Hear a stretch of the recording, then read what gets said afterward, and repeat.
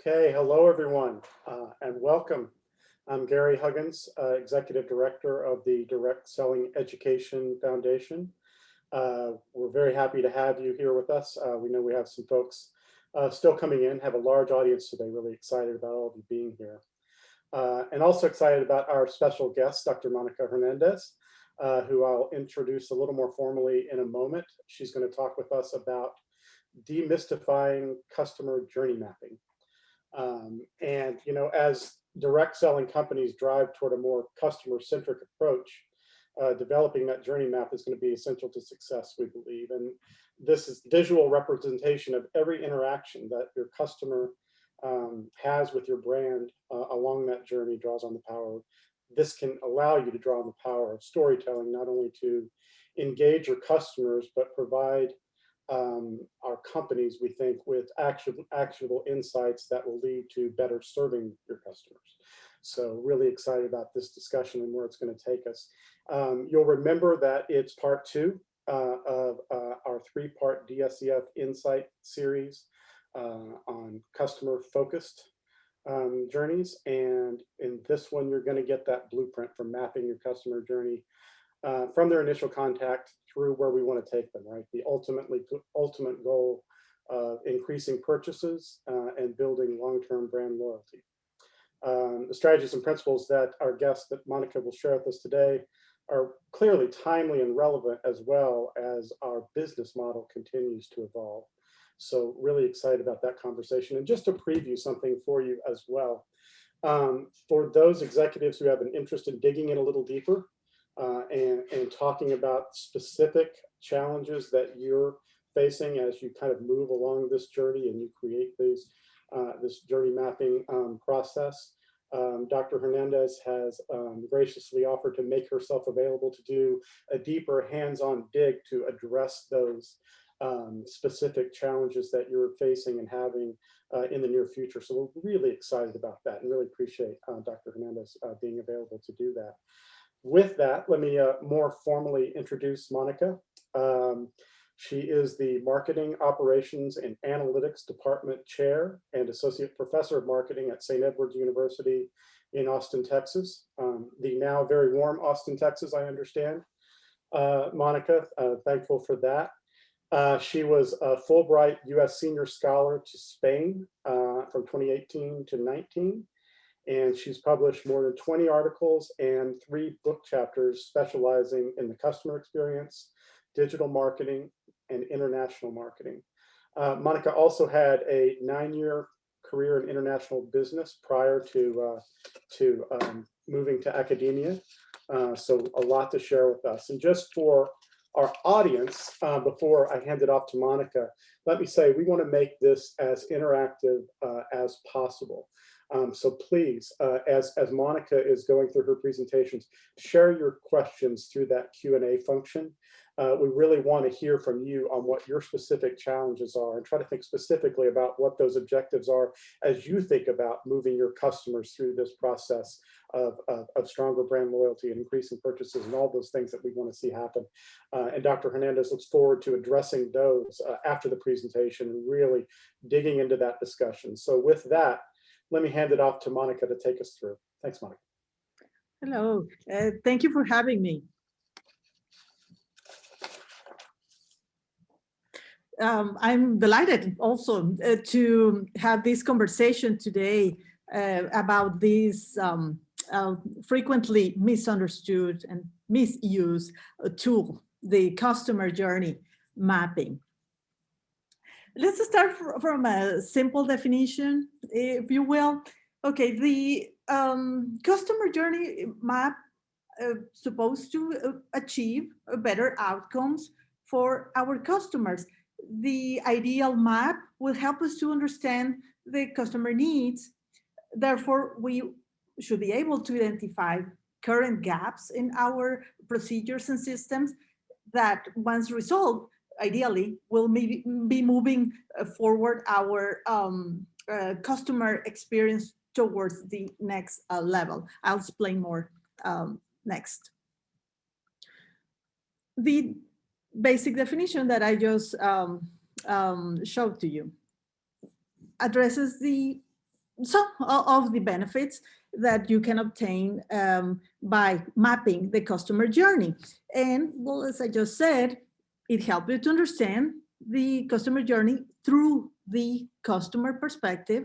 Also, you are able to find those frictions, gaps, pains that the customer is experiences a particular touch point or point of time, and also to see if there's a problem in your current efforts that might help to avoid duplication and increase efficiency.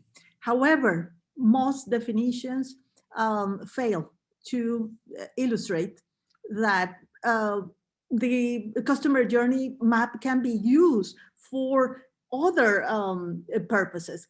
Example, we can stress test new products and services by having our customer in front of us. That allow us to gather their feedback and pass that information to our R&D, research and development group, et cetera, et cetera. Also, it can also help us to refine our long-term commitment and ambition, new ways to do things. Very well. So, staying to the traditional definition of the customer journey map, we think of it as a visual depiction of the sequence of events through customers interact with your organization through multiple touch points. And we envision that certain points are more amenable for certain stages. That's great. It looks like something like this, right? You have seen something like this before, and it looks beautiful that we can illustrate a full cycle in which a customer that at first hears from our brand becomes aware of our offerings through traditional media, if you will, then move forward to a consideration of purchasing your product through other touch points and so on, until we finally get them to become one of our customer after purchase. Okay, we attempt to retain and ideally make that customer an ambassador of our brand. This is great, but I have a couple questions for you looking at this map. The first one is, how many of your customers actually go through all the series of steps once that they become your customer? You rarely will see a customer, one of your customers, going through the awareness consideration stage. My point being is that while this illustrates one or full view, if you will, through all the possible stages that they can go, they rarely occur in that sequence, and they rarely occur by touching all those points that I am making here, right? Customers can enter the communication with you at any moment through any means. And we need to keep that in consideration when we start looking at the steps to build our own customer journey map. Also, I have a second question for you. Are all touch points equally important?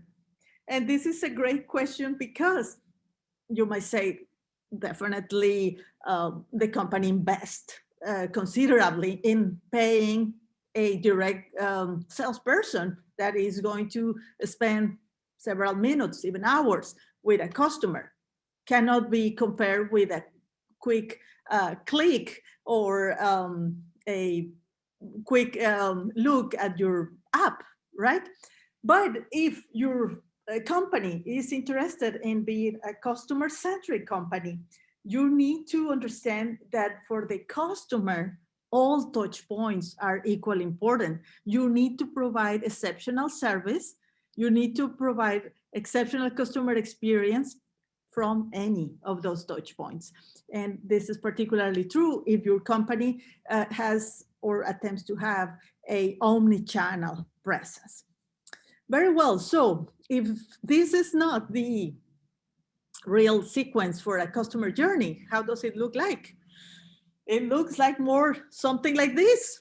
The customer has not the organization or that sequence that we ideally want to depict. So we need to use those customer journey maps to prioritize, to organize all these customers' activities with our brand. Very well. So I want you to understand a couple things, because you might be saying, well, I would like to Google a little bit more about the tool and see how can I start developing a customer journey map for my direct selling efforts. That's good. But please keep in mind that the ideal map should identify any glitches or problems, gaps in the service process. And also keep in mind that you might find information about different forms or procedures to create a journey map. All of them might be good, but I want you to keep in mind or follow the steps that I'm going to show you so that you will not underutilize the map. Okay, very well. So we're going to map the implemented service process. A customer journey map will address the current efforts and will not serve as much for what if purposes, right? It's for you to understand what is being done currently. And how can we feed the information to our map? You can use as many quantitative or qualitative data that you have in hand. I'm going to show you another way to collect a qualitative data, but just keeping that in mind that for the quantitative analysis, you might use counts or metrics that are currently available to you, but supplemented with the qualitative data that you can gather from your customer. What kind of data we can collect? As you discuss or present products to your customer, please record the feedback that you obtain from them. Record what reactions they have when you are presenting new information. What are they missing? How do they feel when they encounter a problem with your current systems or procedures? All that information is great to be condensed in your customer journey map. And as we dig further by Googling or looking at different sources of information, please keep in mind that instructions are infrequent, that the maps for complex services might be very difficult to depict. However, my recommendation is for us to start small and select the most important touch points for your company, for your salesperson, and start working from there instead of trying to cover all at once. Once that you master a series of touch points, then you start moving forward. Also, do not focus exclusively in the graphical representation of your touch points.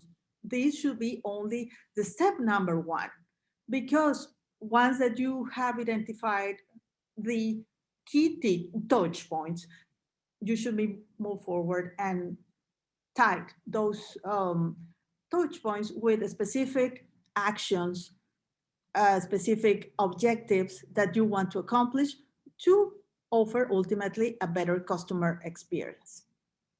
Now, I mentioned that there are other versions of maps, and I want to discuss one that is frequently confused or mixed with a customer journey map, and that is the empathy map.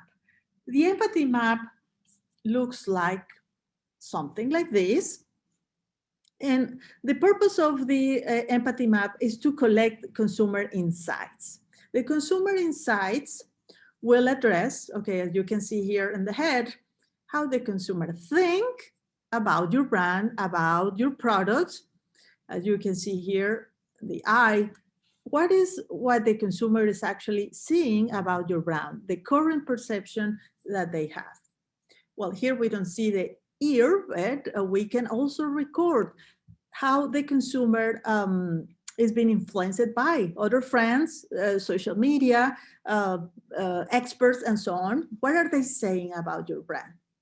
And also, well, the body and the mouth will uncover more about the behavior of the customer. The idea is to try to identify, once again, points of pain, as well as points of gain, and see what makes them happy, what makes them frustrated, and try to identify this from the customer perspective, knowing that this empathy map works for one type of customer, one segment of customer, if you will, but fails to connect all these consumer insights with touch points. Therefore, you can use several empathy maps and condense them all into the customer journey map. The customer journey map should be indicating a big picture, if you will, right?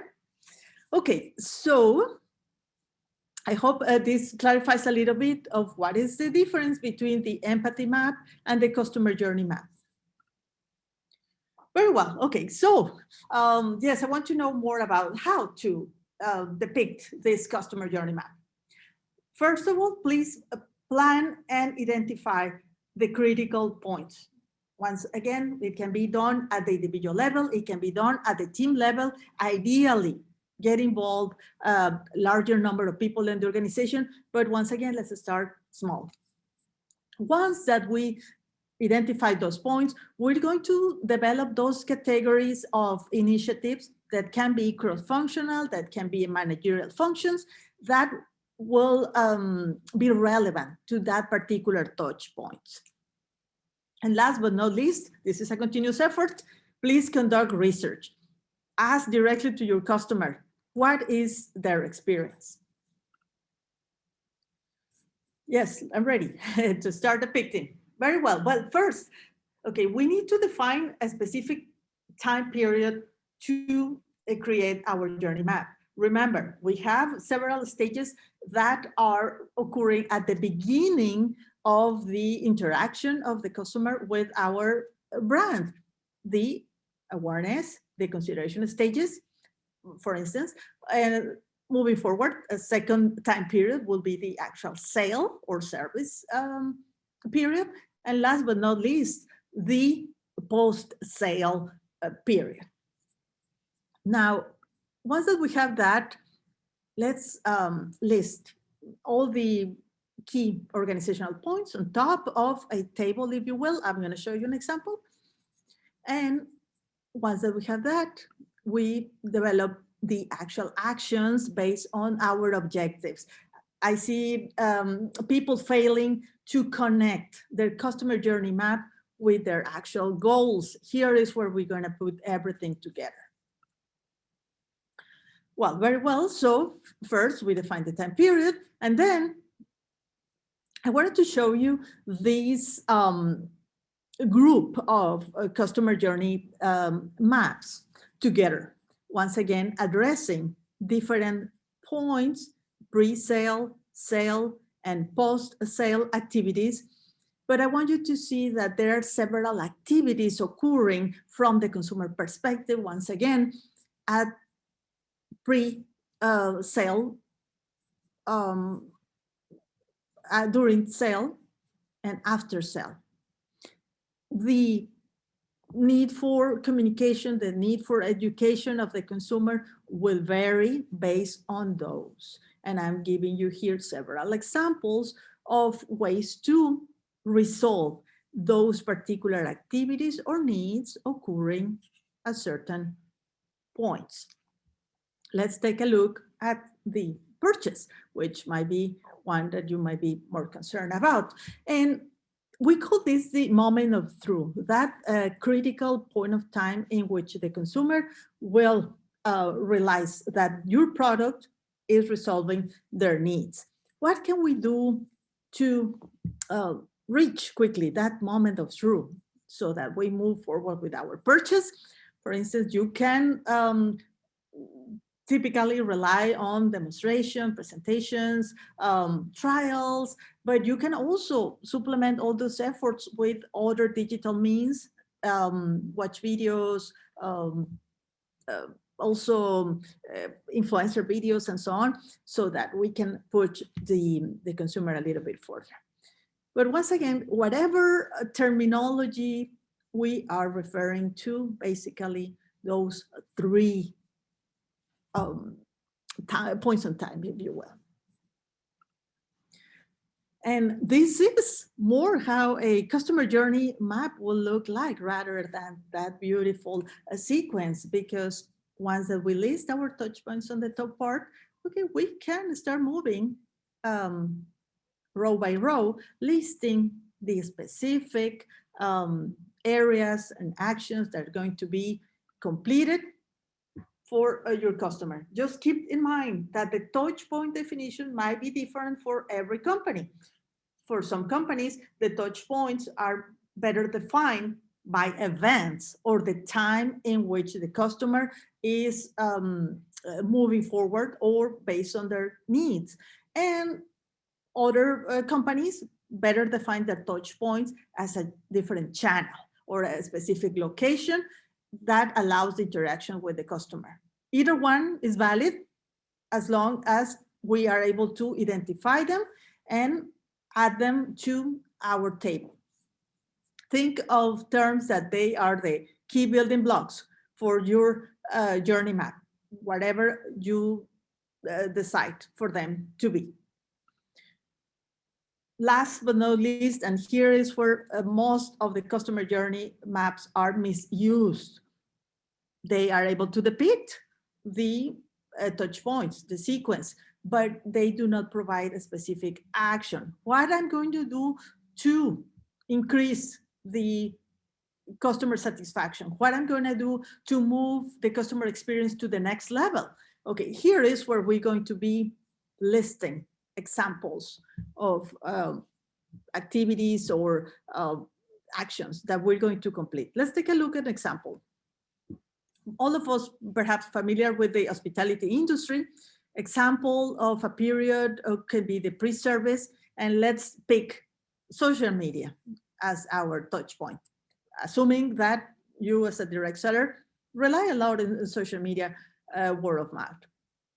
So you can write specifically, well, I'm going to post in specific platforms based on the interest of your audience, and take also care of the customer reviews, respond adequately to all those points, respond at a specific point of time. We need to be aware also and how long the consumer is willing to wait so that they will not feel neglected, right, online. So all those details can be added as part of the actions that you're going to be accomplishing. Let's take a look at another example within the same industry, but for the current customers, the post-service period.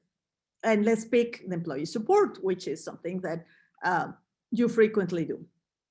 And you can be in coordination with a digital marketing manager and tell them we need all the post-service email and online communication with the customer to be including specific areas of, or we need to add some education links so the customer can learn more about our products, create specific videos, and so on and so forth. So I hope that with these very generic examples, you can start thinking, okay, yes, I can do this and ask my coworkers to support my effort towards improving the customer experience.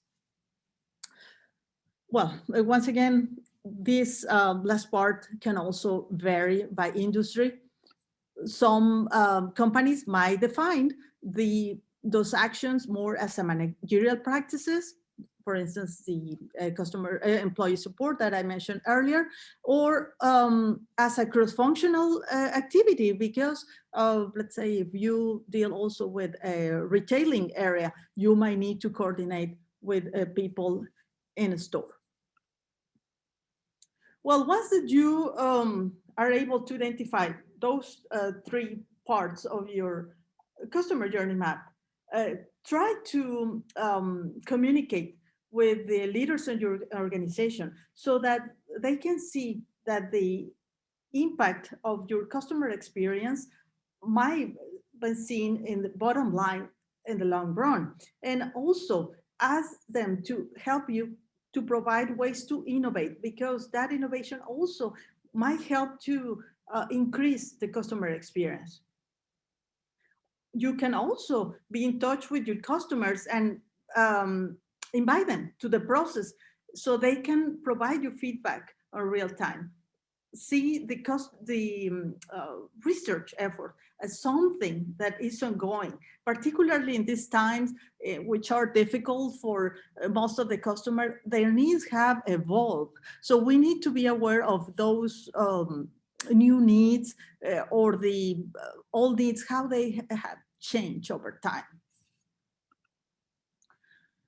My recommendation to you is, please, when you start depicting your customer journey map, consider how I am going to enhance the customer experience for my customer. How can we enhance it? Since all of us might be at a different stage, some of us might not be providing a customer experience, a good customer experience at this time, whereas others are now offering some form of a good customer experience. Please consider your current situation as a pyramid. I am copying this pyramid from a report from Gartner, which I think is great for us to get situated within these 5 categories, if you will. Most companies currently offer the right communication to the right customer at the right time, using the right device, etc. This is excellent way to start providing a good customer experience, right? But we should not stop there. The customer journey map might be identifying gaps and say, well, it's great what you're saying, but I want your brand to act as they are saying. Therefore, there are 2 other levels of customer experience that you might be or have the opportunity to offer. And the first one is to try to resolve or respond quickly to problems that you currently have. Example, if your customer is having a problem or a delay in obtaining something, how quickly your company can respond and resolve this problem to the customer, knowing that this problem is something that the company is currently facing. Moving forward and trying to increase the customer experience is to try to resolve the consumer needs when they ask, are you ready to commit to your customer and spend a particular number of minutes or hours in order to tailor your products or services with their customer needs? That would be the 3rd level of customer experience offered.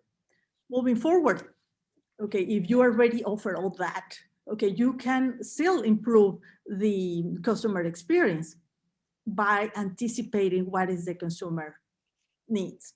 If you are able to depict your customer journey map, uncovering all those customer needs, you will be ready to offer those recommendations, those products that they have not asked for.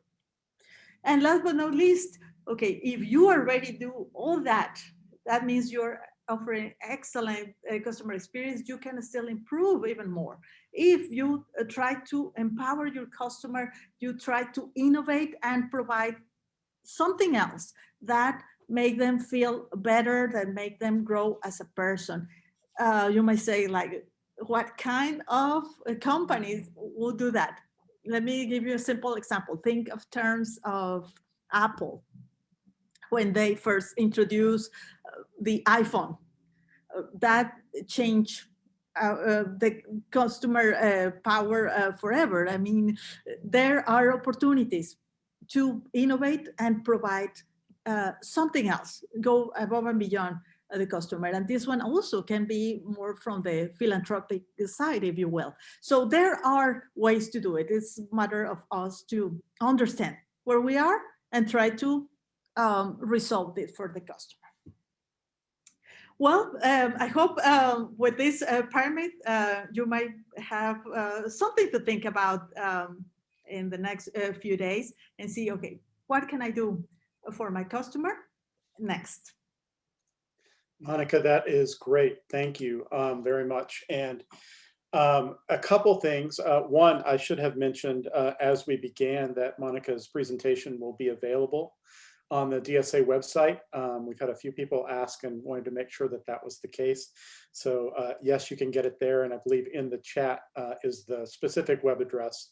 And Dr. Hernandez has shared that with us, and we appreciate that. Also, we're recording this, and so if you wish to share it beyond with your colleagues, please do. We encourage you to do that, along with many others that are available on the DSA website of DSEF Insights webinars, as well as the DSA Engage webinars, a great bank of information from both on that. So let me start, Monica, with a few questions from our friends on the line. First of all, from Lucy Sales, what is your recommendation to map the part of the customer experience that is not 100% controlled by the direct selling company, or that part of the experience provided by the direct selling representatives, the independent representatives out there that are representing the company? Okay, I know, or I think I know where it's coming from, because some companies might have a very large number of touch points. They might have a large number of teams working with the customer, and it might be difficult. But once again, that's why I'm stress the importance of mention this to your leaders, so that the company becomes customer centric by involving more people in the organization and understanding that it is the thinking of the customer, the one that should be guiding all our efforts. Start small, start working with your team, so that leadership can understand what are you doing, and the direct connection between those gaps that you're identifying, the customer experience, and therefore the bottom line. Think of terms of how loyalty and trust are built nowadays. You see it firsthand. The loyalty, the trust are very easy to disappear by not providing the right solution in the right moment. Those moments of truth that we are talking about, if you are not there as a company, the consumer is going to go and simply delete the app, remove you from the contacts, and this is it. Yeah. So that's why I recommend start with your team. And right. Once that the results start seeing more palpable, we should involve the rest. Right. And just a little bit of a follow-up, as you start with your team and you create this process and you start to map these journeys, how do you use that same process to make it easy for that independent sales force out there to feed and inform that system that you're using? Yes. Okay. Well, hopefully they can start with one single touch point, which is their interaction with the customer. They know that very well, but they need to understand what are the objectives of the company. Once again, if they offer a good communication and response, okay, what else can they do to anticipate the consumer needs? If they study carefully what are their current gaps, hopefully they can able to tailor their offering to resolve those needs. Gotcha. So another question, this is from Craig Carter out there. He asks, what are the best common practices for helping organizations adopt customer journey mapping? I guess we're starting from the beginning here. Yes. Okay, helping organizations to adapt, to understand it first, right? Yeah. Because just mere depiction help you to understand the customer, but that is half of the way, or not even half of the way. The important thing is what I'm going to do with this. Remember that any map purpose is to guide us, and if we have the map in front of us and do nothing, we should not make all this effort, because it's something that will take considerable amount of time. The customer journey map should be a living document. It cannot be resolved only at one time as the consumer evolves. Right. And as you said, it has to connect directly to your goals, right? Not just be a process for the sake of the process. Exactly. It was really interesting to hear you talk about empathy mapping as well. And I'd be curious to hear more from you on how that interacts with and informs a typical customer journey map, that difference and that value to both. Absolutely. Well, the customer journey map will show you how the consumer reacts to your brand at different times or points. You can use all those words, emotions that you are able to identify here to feed to those gaps, right? Yeah. But once again, those are not tied to specific touch points. So please know that we need to repeat this empathy map through different segments or consumers. We need to repeat this empathy map through different teams in the company. This is a great start point if you have not recorded anything about the customer, any feedback, but just once again, look at the head, look at the heart, and look at the hand and see what is the customer feelings right now. Yeah. And why not use actual empathy, actual empathy in these difficult times for your customer. Right. Okay. I think that I'm not seeing any other questions from our friends that are with us, but I do want to remind on this, that as we've had this sort of big picture thought process about how this process works, again, I want to let people know that you've made yourself available to do a deeper hands-on dive on going through this process. And as people, as our guests take time to think through what you've shared with them and think through where they are in this process and their objectives for moving to next levels, we would encourage them to bring that to that deeper conversation. And we can really dig into those things. So Dr. Hernandez, thank you so much for this and for your partnership. And we look forward to continuing the conversation. This is critical work as our business channel evolves, our companies evolve to a lot of new realities that are out there, and a lot of new opportunities, frankly, that are out there that we want to make sure that we're taking advantage of. So again, we thank you, and we look forward to continuing to work together on this and other topics. So I also want to thank everyone who joined us today. We had a great crowd, and I want to encourage you to register for the next DSA Engage and DSEF Insights webinars that are upcoming. First, on March 8th, we've got diversity, equity, and inclusion. Our initial wins, shorter term success, and progress toward the longer term goals.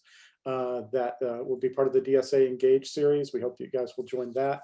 A couple more DSEF Insights webinars coming up in March and the beginning of April. First, we have continuation of this customer series, part 3, digital marketing strategies to maximize customer engagement. And that's going to feature Dr. Deborah Zehe-Blatz, who wrote the book on this, and it's going to be quite compelling conversation that she'll lead on that as well. And also the horizontal revolution on April 1st, customers that defy categorization. I think a lot of you that are with us and are often with us know Mike Solomon, Dr. Mike Solomon, who's a widely renowned consumer behavior expert and author. And we're really excited to have Mike for that conversation. And again, in closing, let me encourage you to visit the DSA website where you can get this recorded conversation, but also all of the previous webinars that have been done and those going forward. So really encourage you to take advantage of that opportunity. And then finally, let me thank you for your support of the Direct Selling Education Foundation. Our work is funded by voluntary contributions of direct selling companies, DSA members, and we really appreciate the community's support there.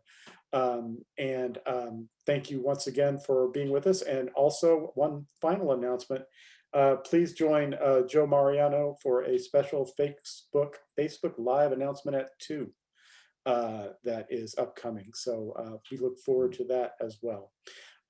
Thank you again, and we look forward to coming together for a deeper conversation. Thank you so much.